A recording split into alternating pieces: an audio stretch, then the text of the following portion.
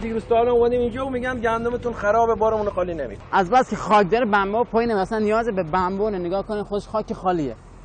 گندم‌های مخلوط با خاک که برخی سیلوهای بخش خصوصی از تحویل و تخلیه آن خودداری می‌کنند.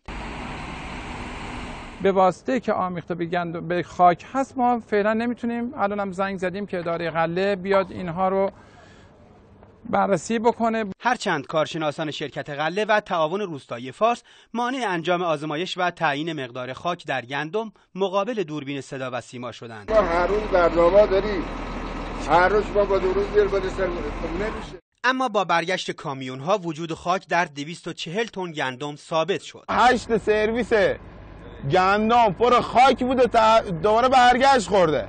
خاک از کجا وارد گندم‌ها شده؟ سر زمین کشاورزی موقع کمبین داره درو میکنه، تیغش پایین میگیره، خاک میره تو گندم. این زمین سفت آقا 20 سانت هم بالا زده شده. چجوره این زمین که خاک سفته میشه داخل گندم کشاورز؟ میبینید که چقدر تمیز و خوب.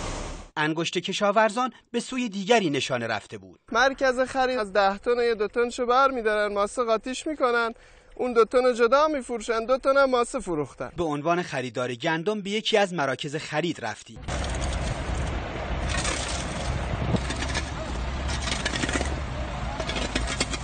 اون تصویری که ما دیدیم و خاکایی که کپه بود، الان این خاکا وارد این گندم شده و توی تریلی هم داره پشت سر ما بارگیری میشه.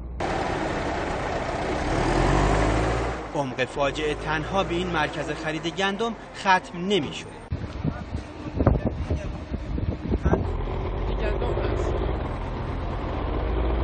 یعنی اگه همینجا دهنه که شما بگین همین شما دهنه خلاف گره.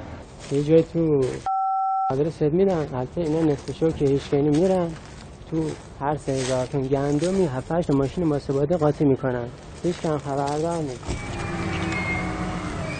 الان ساعت حدود 2:30 نصف شب هست و اینجا یکی از مراکز خرید هست که دارن شبانه ماسه‌بادی رو با گندم‌ها قاطی میکنن.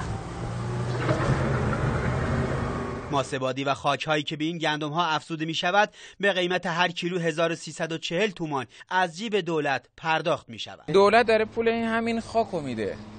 یعنی پول گندمی که میده، این خاکی که داره تحویل ما میشه پولشو داده، پرداخت شده قبلا. هرچند برخی سیلوداران از تحویل گرفتن این گونه گندم‌ها خودداری می‌کنند، اما مسیر گندم‌های آلوده به خاک به سیلوهای دیگر نیز منتهی می‌شود.